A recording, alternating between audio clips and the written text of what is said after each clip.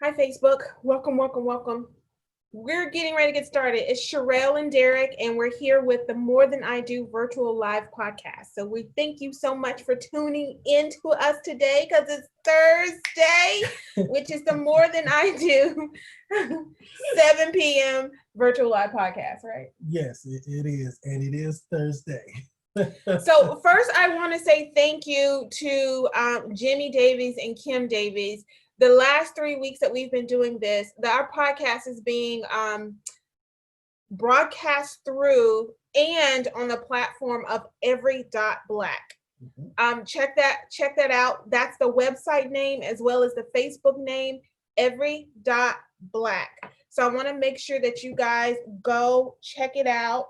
I'm looking now because I want to make sure that I'm sharing as we go and check it out.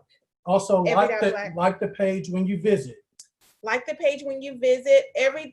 Every.Black does a lot of it's for business, it's for entrepreneurs, and it's to move us to your next, to grow through technology, through understanding the resources. He's pulled a lot of resources together. So I wanted to make sure, because I always forget. I say I'm going to do it at the end and then I always forget. So I wanted to make sure that I started today off saying, hey, we love you, Jimmy and Kim, and we thank you so much.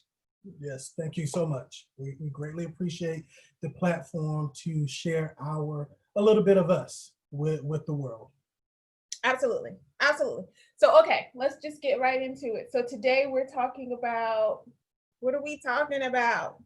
I think it's the uncomfortable conversations. Oh my gosh. Yeah, I think that's a good title. We was going to share, she left you with a cliffhanger last week of the types of conversations we had when she moved to Los Angeles in 2019. So these would be conversations we had going up, but more intensely around September, October, November of 2018. Yeah, so let me tell you why we felt like this was important to bring. And More Than I Do tackles marriage and business. And definitely when you're looking at both of them, there's a lot of similarities when you're in business with your partner or any partner. Partnership is marriage in a lot of ways. But the dynamics of being married together and in business, I say it all the time. Usually if you have a partner, you can go home from the office and leave that partner and they go home to their family. And then, you have time to just be you in other ways, and family and things of that nature. But when you're married and in business, there is no separation of that. Not at all. No separation. So I want to start off by talking about being married and coming to a marriage, understanding and knowing 100% fully who you are. Derrick's philosophy and my philosophy that we've learned over the years, being married for 16 years and business for 8, is that we don't complete each other. And that's what a lot of people go into marriage thinking, oh, I'm going to complete him or he's going to complete me. No, you're a person by yourself. You're a whole person by yourself. You come to the marriage complete. That's true. Yeah, that is you true. Agree? Yeah. Okay, you with me? I'm with you so far. I'm following along. I can take that. Okay. I can take that. That's so fine. If you come to the marriage complete and you haven't taken care of any baggage or anything that's been happening with you or whatever life dealt you before you got to the marriage, it doesn't change because you go down the aisle and you say, I do.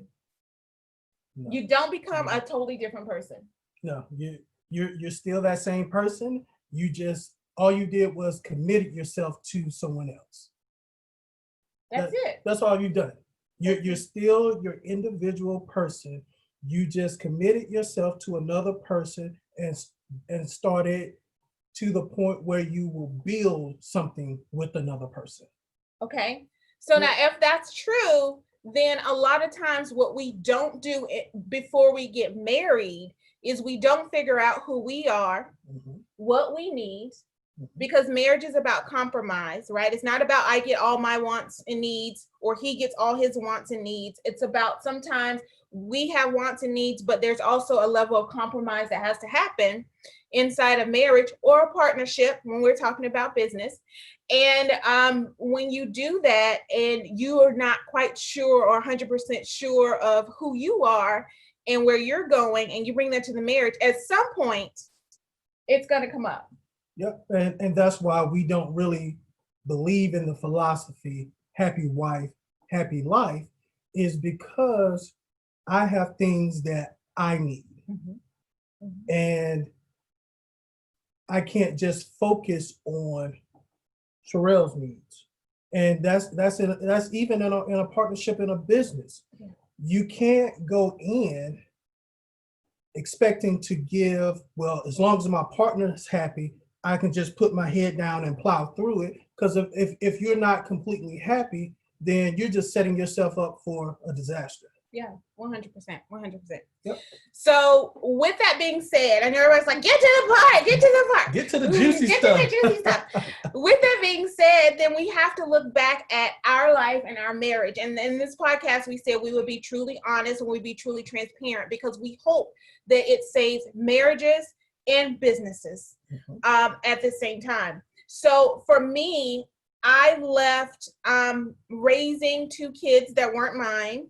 And my mother had died and I had 2 siblings.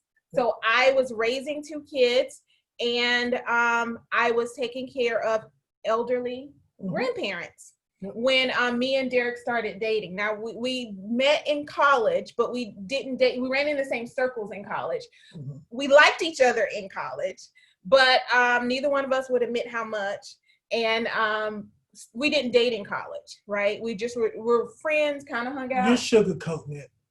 I had things I needed to accomplish when I was in school, and I just wasn't doing the right thing to be hitched at that time. So yeah, I wasn't having it. Yeah, she wouldn't have any of my shenanigans. But I liked him. And I liked her a lot. Yeah. Yeah. Okay. So with that being said, when we started dating in 2013. Valentine's. Somebody's gonna be mad. Valentine's. Okay, so she was saying shenanigans. I was saying some of the shenanigans. I'll be fully transparent. She knows this story. Yeah. Valentine's Day weekend 2013. No, 2003. Oh yeah. 2000. We went way back. 2003. Valentine's weekend 2003. I actually spent Valentine's weekend with another young lady. Shenanigans. We were actually in Charlotte. It began to snow, and we drove back to my apartment in Durham. On the way back, we had a fender bender, and so the young lady I was dating was a little shaken up. I received a call from a mutual friend that she was in town. Mm-hmm. And so I actually left the young lady at my apartment. You don't look so horrible. I know. And I went to see her. And that started our dating, because from that point, I believe we talked every day. No, we didn't talk every day then, because I was like, remember the boy in college, the shenanigans? Okay. Yeah, so I was like, he's got to prove to me that, I'm not no pocket chick. I'm just saying. Prove my love. Yes. So we went back and forth, and it was May when I went to St. Louis. That's right. And I was went to St. Louis for the International Parole Association conference. And in going to St. Louis, we started talking on the phone, and from there till we talked every single day. Yep. Every single day. So, and we got engaged in October of 2003, October 24th, 2003. We put a down payment on the home we still live in right now. My birthday, it was a birthday gift for me, and we got married April 2004. April 24th, 2004. So see, guys, my shenanigans turned into a down payment on a home during a proposal and birthday gift. So see, I can still make her laugh. It's amazing. So yeah, and yes, you did good. So with that being said, remember I was coming from taking care of elderly grandparents and taking care of kids who were now in middle school and high school. One graduated the year after we got married, and the other one a couple years later. And going through a whole bunch of just stuff in my life, dealing with the kids. And one of the things was coming into the marriage, I think I was a little bit mature than you were in having to deal with kids and responsibilities and things of that nature. That's fair. Is that fair? That's fair. I was your typical single guy, worked, had an apartment, kind of, living life. And, when Cherelle came into my life, I realized that she was taking care of children, and I've accepted them as my own children as well. I call them my children now as well, even though they are really my brother and sister-in-law. Yeah. But they were kids. They were kids, and they love him. We spent some time yesterday with one of them. They love him dearly, and if they get in trouble or they do something, and I'm on the phone, they're like, "Where's Derrick? What did he say?" Because they want to know. Very respectful. Yes. But so I say that I needed to give a little backstory so you understand. So Derrick grew up, just him and his brother. They, out of all the cousins, they were the boy cousins out of all the girl cousins, right? So they worked hard, but they were spoiled. Well, I mean, I won't call it spoiled, but, there's a benefit of growing up with your grandparents.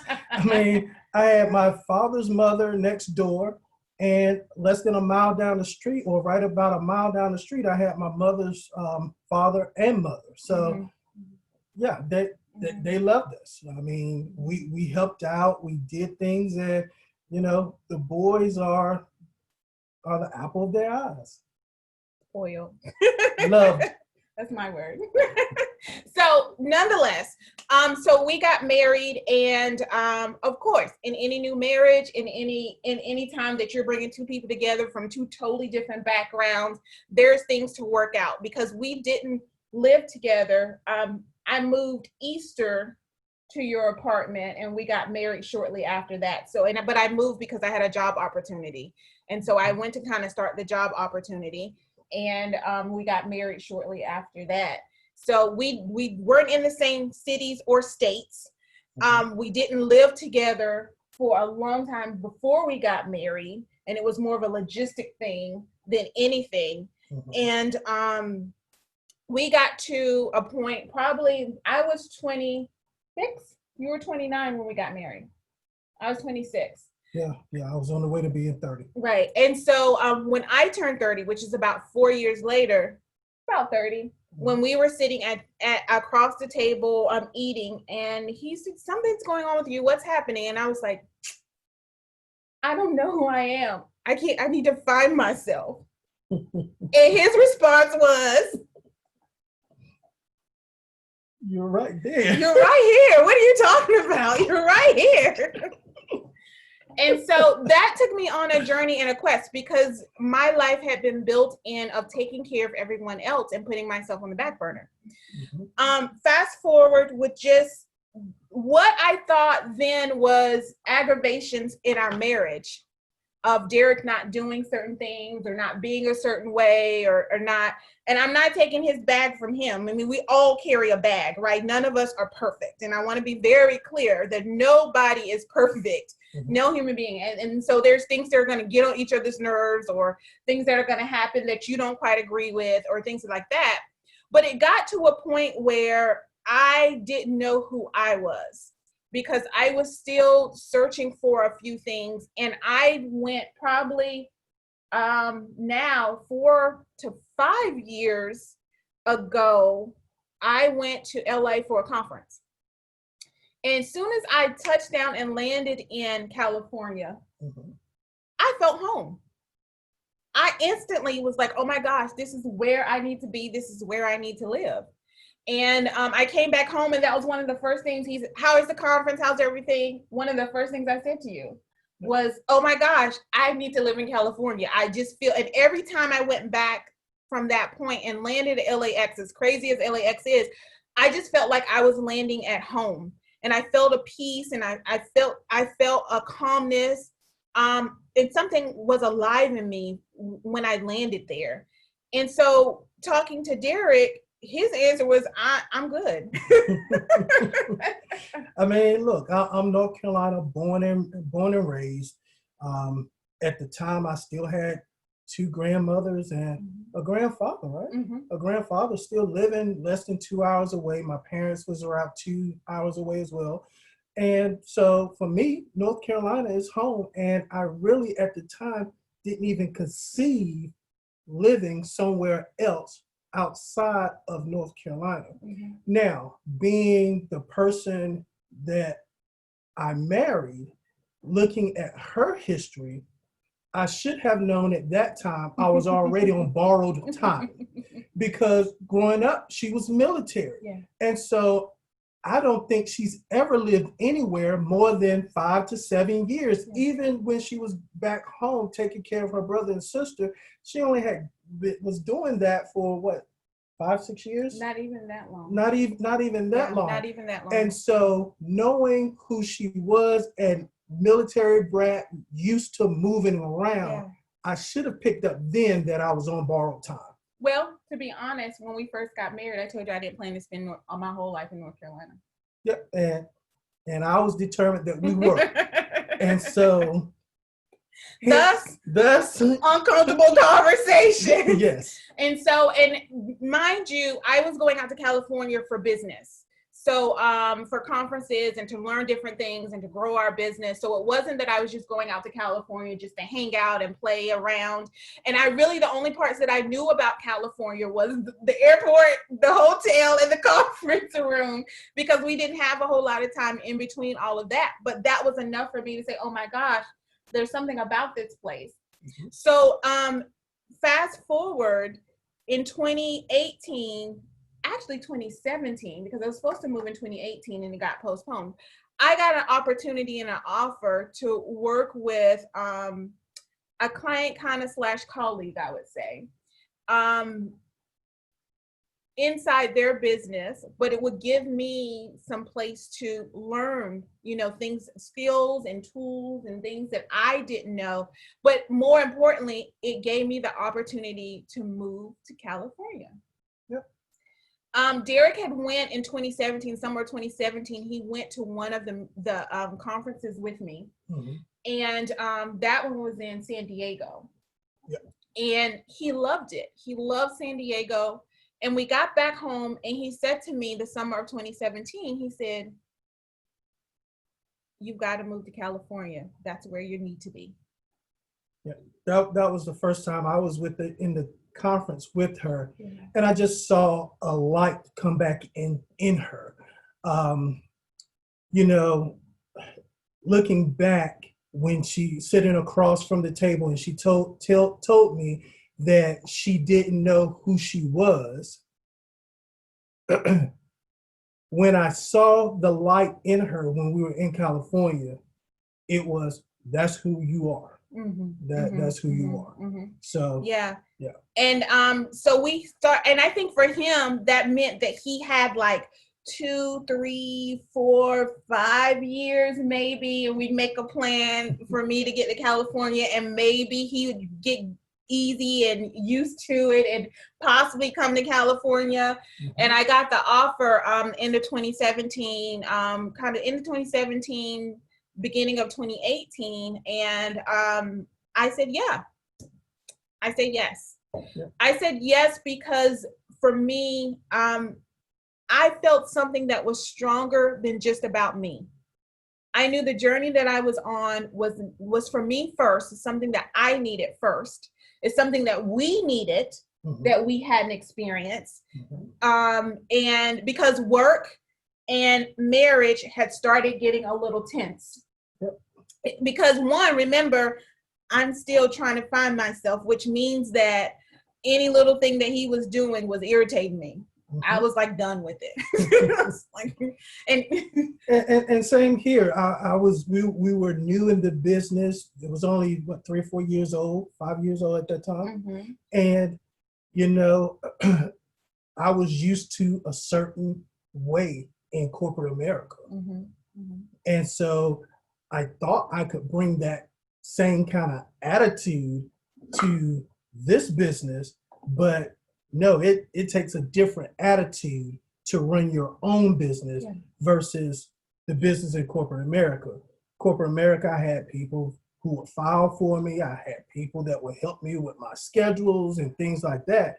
When you're doing business yourself, you have to manage that. He thought I was going to do all that for him, plus the stuff that I was supposed to do. I'll be fair and tell the truth. Yes, that's what I expected, even though that is not reality. So let's talk about really quick, and this goes to this, because I think this is where the big frustration came from the business side, right? Mm-hmm. Because I tell everybody, personal and business is the same, except for bank accounts. Other than that, the bank account should be separate. But other than that, you're the same person. So what your strengths and weaknesses as a person are going to be your strengths and weaknesses in a business. And the clearer you are about who you are and what those strengths and weaknesses are, the faster and easier it will be for you to find some, what do you call it? Find some ways to make sure that your weaknesses are being taken care of or covered, whether that's who you hire, how you get other resources that you use, or putting certain systems and processes in place to make sure that the foundation's there, that your weaknesses don't allow the business or the marriage or you personally to fail or to not move forward in the way that you need to move. And we kind of came to an impasse, because I think at that point you were like, this is it, this is good, and this is it. And I had been saying, look, I need a little bit more. I need you to move a little bit more. Now, go ahead. And no, and I was just going to say, and understand the vision, you know, because remember last week, we talked about she is the CEO of my local CFO. And so therefore is her vision where we are actually going. And she's right. We came at an impasse where I wasn't sure, and I was tugging at that. And looking back, all I was doing was slowing us down, because where we are now is where she was already trying to take us then. Yeah. So the opportunity came. I personally asked for him to go with me. And well, I'm a consistent guy. That's just who I am.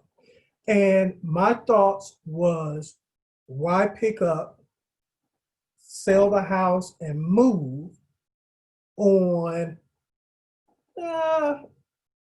opportunity, a dream. Well, yeah, a chance. A chance that may or may not pan out. Yeah. That was my words exactly.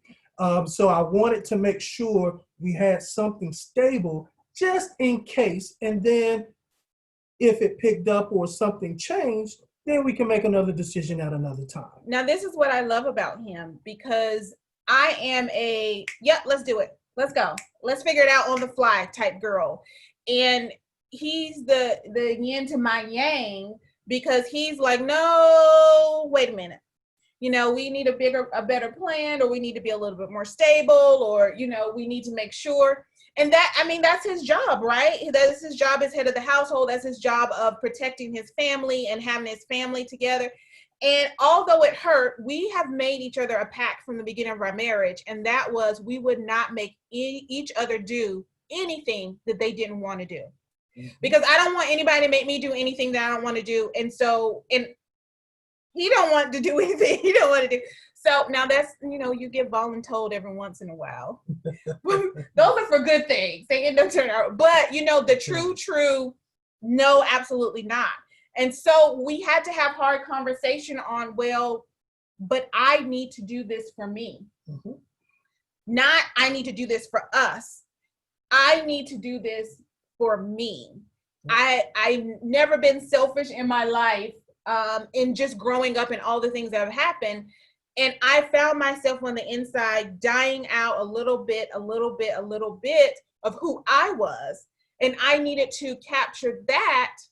If not, we wouldn't be sitting in front of you guys talking about being married for 16 years, because it got so cloudy for me that I needed to find me to be better and be us. Yep. Right? Yeah. Yeah. And so those uncomfortable conversations had, and again, so in the business, she mentioned she was going to California to learn how to bring something back to our business. But still, in the same token, from a marriage standpoint, she was saying, look, I need to go for me. So as a man, I kind of got confused in a sense. And then I took that as, well, you want to leave me. And so it made it a little bit challenging for me to accept her actually leaving. Now, granted, I told you prior, I already knew I was on borrowed time, but on the other side of this, I felt she was leaving me, and I felt like she was leaving the business. So those conversations became very, very, very tense. Very intense. Very intense. To the point, and I just want to be honest, and I'm just going to put it out there, to the point that I felt like it was unfair for me to put him on hold is really what I felt like I was doing, because I needed to figure some things out for me. I wasn't leaving him. I had no desire for anybody else. Wasn't even looking at nobody else. Can care less about anybody else. I mean, that's just where I am. We always say we know where we live. We ain't worried about that. Right. But I can see how that could have made him feel on the other side. There's a difference when you talk about doing something and having a conversation, and the conversation when you're going to actually do the action. Right. I mean, those are two different things. Yeah. And in that, I had to go. And at that point, I really didn't care what anybody said, what anybody thought, what anybody knew. I knew that I had to go. And I think it goes back to when you talk about me having vision and seeing things a little bit further. I saw that it's either we're not going to make it, or I need to go, because there are some things that I needed to prove to myself.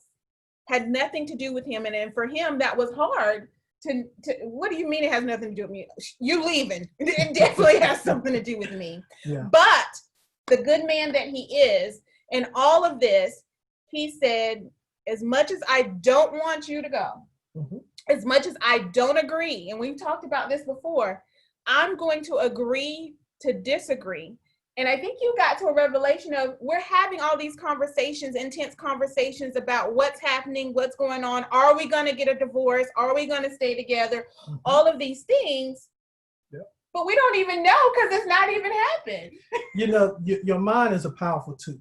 You can start thinking things, and before you know it, as she said, divorce was coming up in my mind, because one, I've never seen that before in my life, where a spouse would go across the country and the other one stayed at home.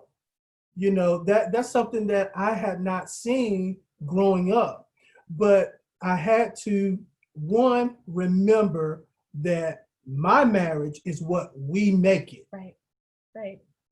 And not what other people was thinking. Now, yeah, I had all these emotions and these feelings, but I had to step back and really look at, well, you're having these feelings, but that's not real. That's kind of that conversation that you're having in your mind. And these conversations can actually stop you from doing some things that you actually need to be doing. Yeah. And so, yeah, once I got over that, because I'll be honest with you guys, I got tired of having the conversation. Yeah. It's like, just do it already. To a point, yeah. Around November, December, I was like, why you not going yet? Because I am tired. Just go. The emotional stress of having conversations and anticipating things, right? So I left in January. Left in January with no apartment, with not even knowing what area I was going to live in LA. That's what I mean by, I'll be like, yep, we'll figure it out on the way. No apartment, no area to live. Bottom line, a true step out on faith. A true step out on faith. She felt like as soon as I got there, things would fall in place. She left, went, and things began to happen. Not only did things begin to happen, there were people in my life, none related to me. So I want to be very clear, none related to me, that put me, and it was a girlfriend of mine from Arizona that was on the same journey. And we decided, the reason why I delayed to 2019 is because we decided in 2018 to do the journey together. And so that meant I had to wait to January because of some things that she had going on. So with that, I flew to Arizona. From Arizona, we drove to LA. We had another friend to put us up from Wednesday till Monday of the next week. That Saturday, we secured an apartment, and we literally went walking and finding one. And the journey in LA began. Derrick came out a few times. Each time he came out, I just want to let y'all know, it was longer and longer. Like it was a week one time, then it was like 2 weeks, then it was like 4 weeks, almost a month. You know, yeah. I like California, guys. I'm not sure I want to live there, but I like California. Right. But in that, I saw that she was happy. And this alone time here in North Carolina actually benefited me as well. Yeah. Because what I had done and didn't realize I did was my life was so intertwined with her life that I had stopped doing some things that I actually like doing, like hanging out with some friends. I couldn't get him to go out for nothing. I leave and he's just out with everybody. He's just hanging everywhere. Taking pictures and sending them to her. So we both, and I was able to realize a few things. And that's where I really wanted to make sure we went today in this show, is one, having uncomfortable conversations that were real about how I felt, how he felt, what's working, what's not working, but then having uncomfortable conversations with yourself first. Mm-hmm. And that time apart allowed us to not have to worry about the other one. Mm-hmm. Right?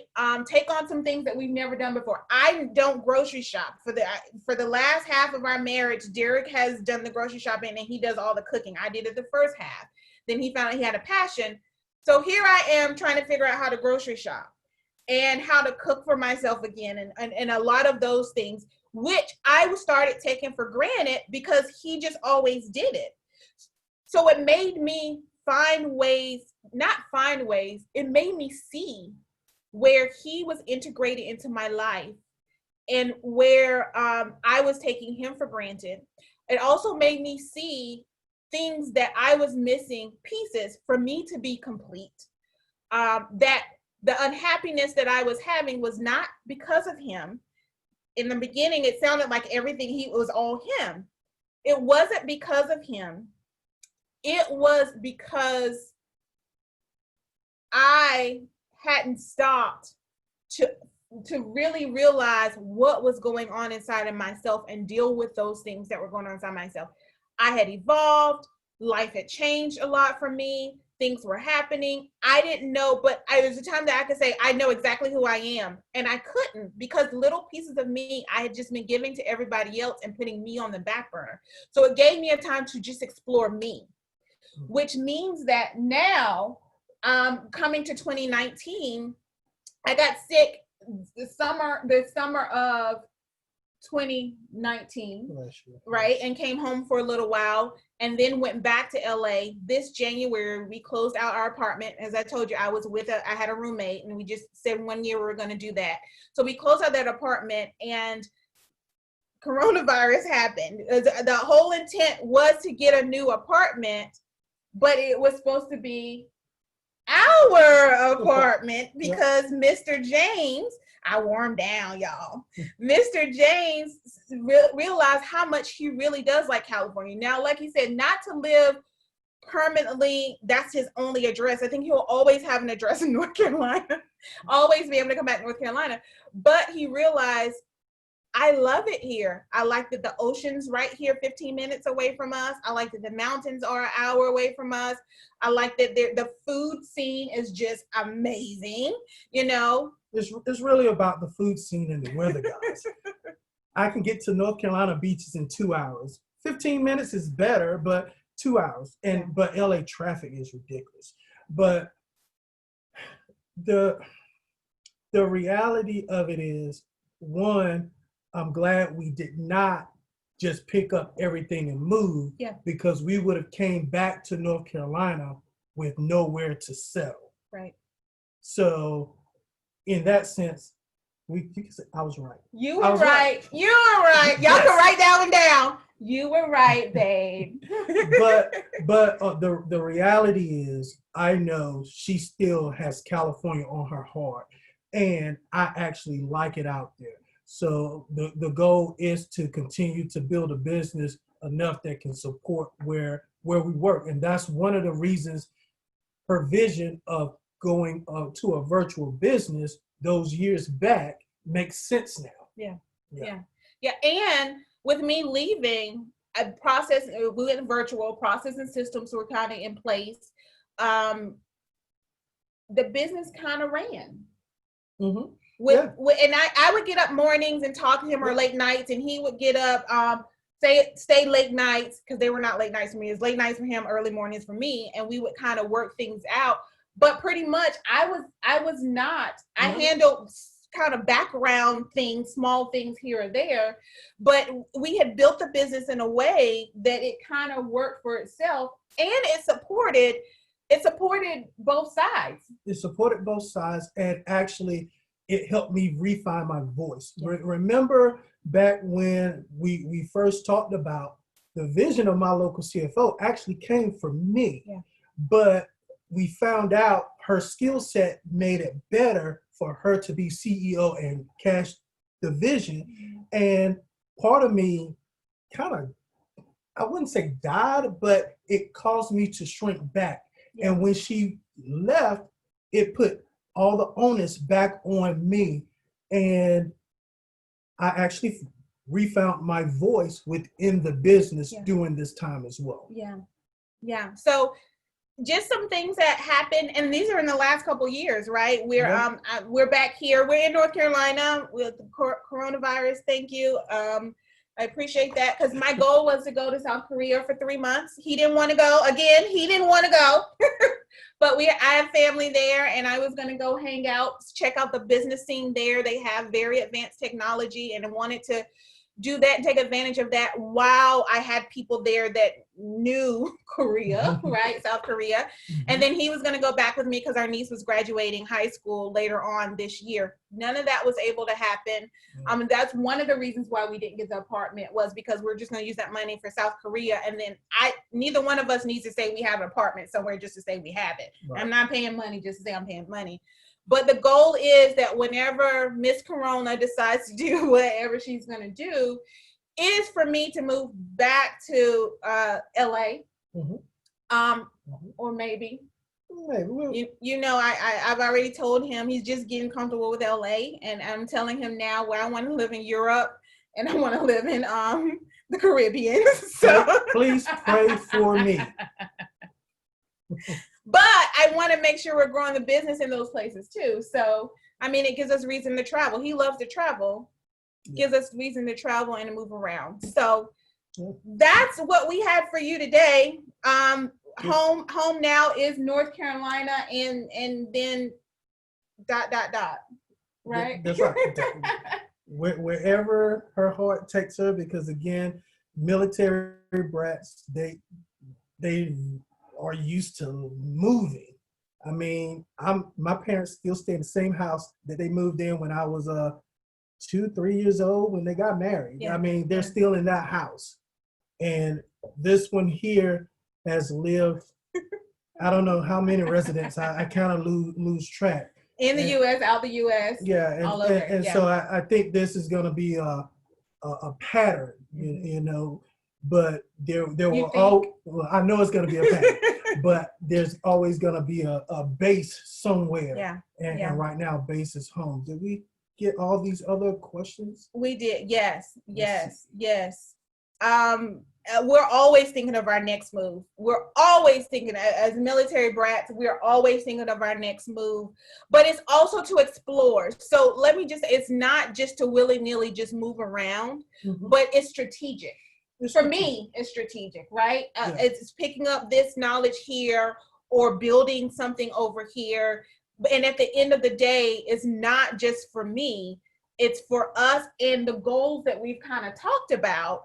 It takes, uncommon goals take uncommon moves. Yeah. And the question is, as a couple, being married, are you willing to make uncommon moves and have the hard conversations, uncomfortable conversations? Yeah. That's really what it boils down to. And it comes back to, again, being in agreement. Whenever we are at impasse or not agreeing with one another, we have to come to an agreement, even agree to disagree, for the better good of of getting to the goal that you've set.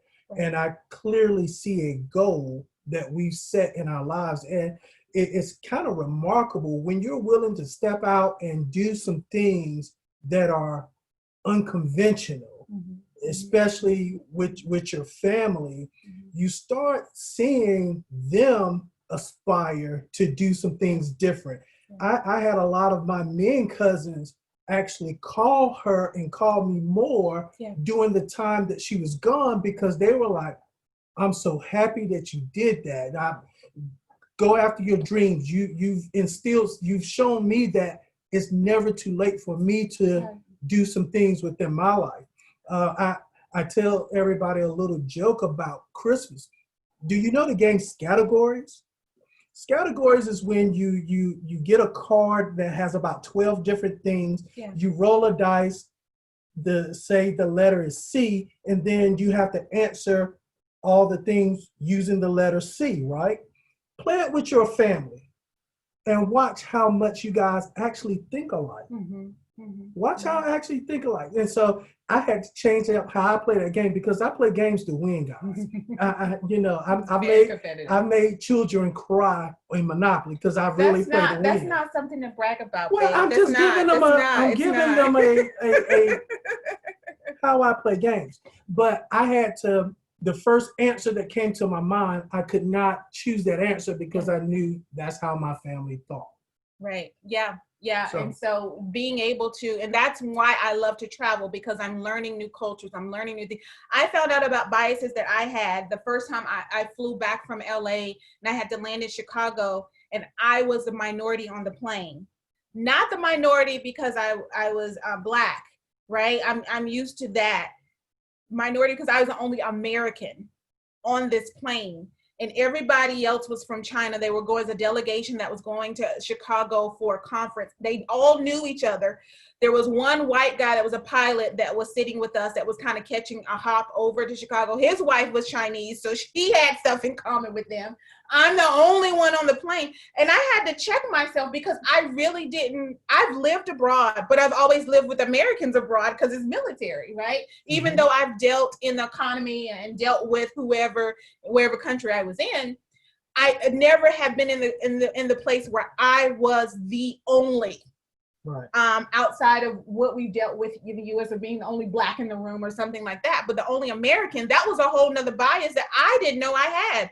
I'm checking like, am I on the right flight? Is this where we going? We're not going to China. And I had to check myself on that. So for me, those things allow me to, one, be a better person. It fuels my itch of just learning culture. Derrick will tell you, I talk, I want to find things out. I look things up all the time. But lastly, it allows me to expand our business because I'm learning new things as I'm learning new cultures and I'm meeting new people and I'm learning from them. I don't know it all. He doesn't know it all. And if we only rely on our knowledge base, we're only going to get so far. And so for me, it's what are you willing to do? Uncomfortable conversation. And I'm not saying that that means that somebody has to move in your marriage. Right. That's not what I'm saying. That worked for us, and it works for us. And that wasn't the first time that I moved. That was the first time I moved for quote unquote, not a job, because I've worked in the state and been away for months at a time. Mm-hmm. But he was able to just drive somewhere, come see me, and he felt comfortable because it was North Carolina, right? And you knew I was working. Yep. But I was still working when I went off. And it's not uncommon, it's not unconventional.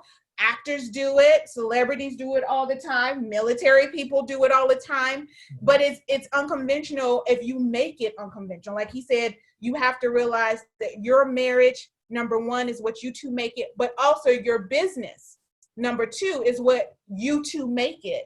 And how, and reaching the goals that you want to reach sometimes take unconventional methods that to society or to your group of people are unconventional. And I want to wrap up, because I know we kind of went over, but I want to say that yes, his cousins, older cousins, because he comes from a very traditional family. I love them all, but totally different than mine. And his cousins that I didn't, because I didn't tell anybody. I didn't tell anybody at all. I made my moves, you know, I didn't care what nobody thought. And as they found out, I had his cousins would call me, his older cousins, and males would call and say, I'm so proud of you. I'm so proud of you first. I'm so proud of you and Derrick, because Derrick is showing me how to support my wife, how to support her in her dreams and the things that she has. Derrick is showing me, and you're showing me how to go after what I really want. And that wasn't our goal. Our goal was just to try to figure it out with ourselves. But I also knew that for women, for me, my purpose was, one, for me to find myself and to take this trip, but number two, to be able to show women and people, no matter where they are in life, you can get to where you want to be if you're willing to take the steps, if you're willing to be uncomfortable.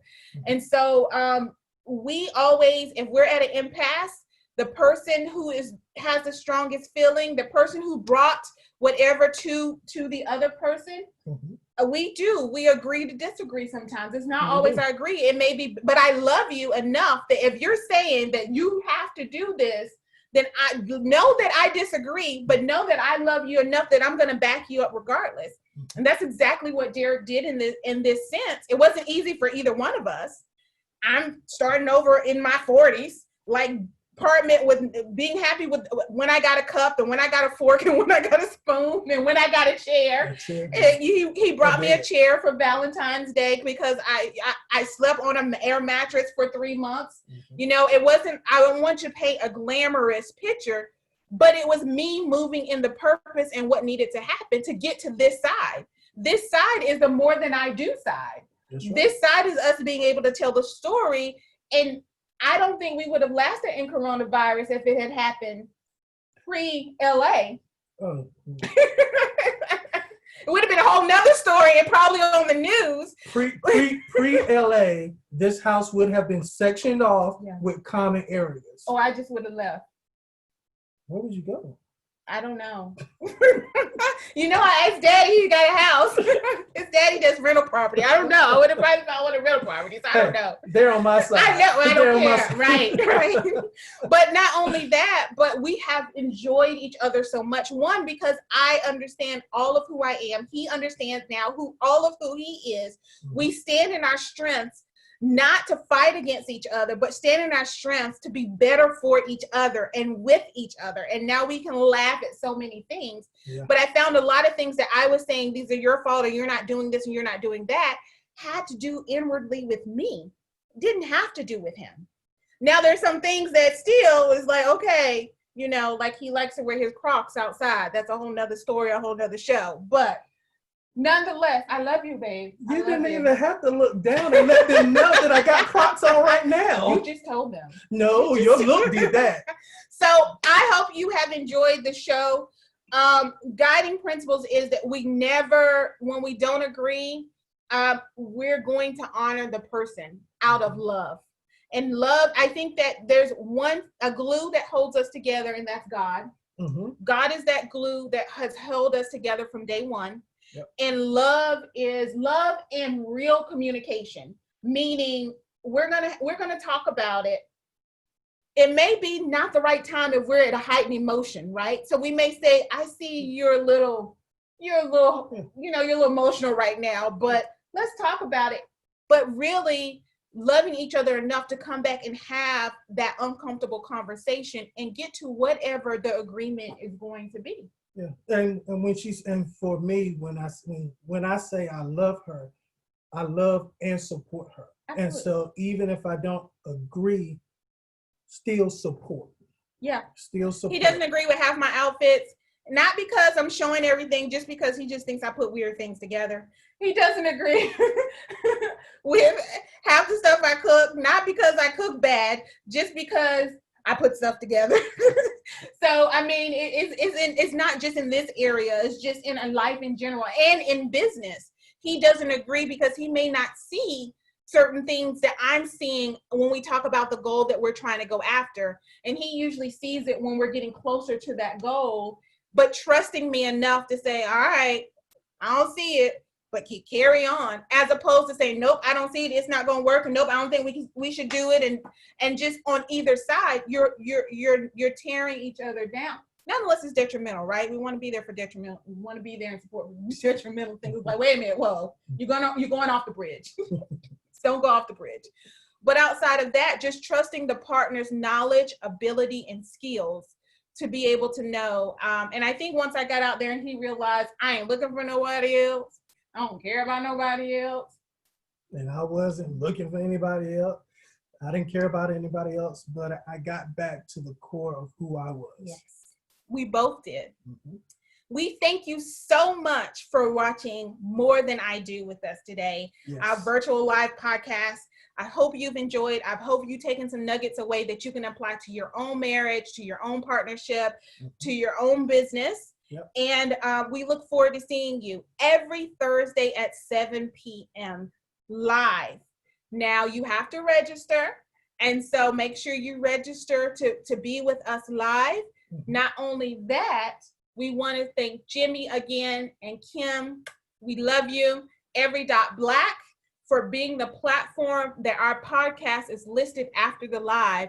So go to Every.Black. Find out more about that organization. It's a business organization and it's fabulous. And it's not just a local to one area. It's a nationwide organization. Yep. And follow us at morethanIdo.life. MorethanIdo.life.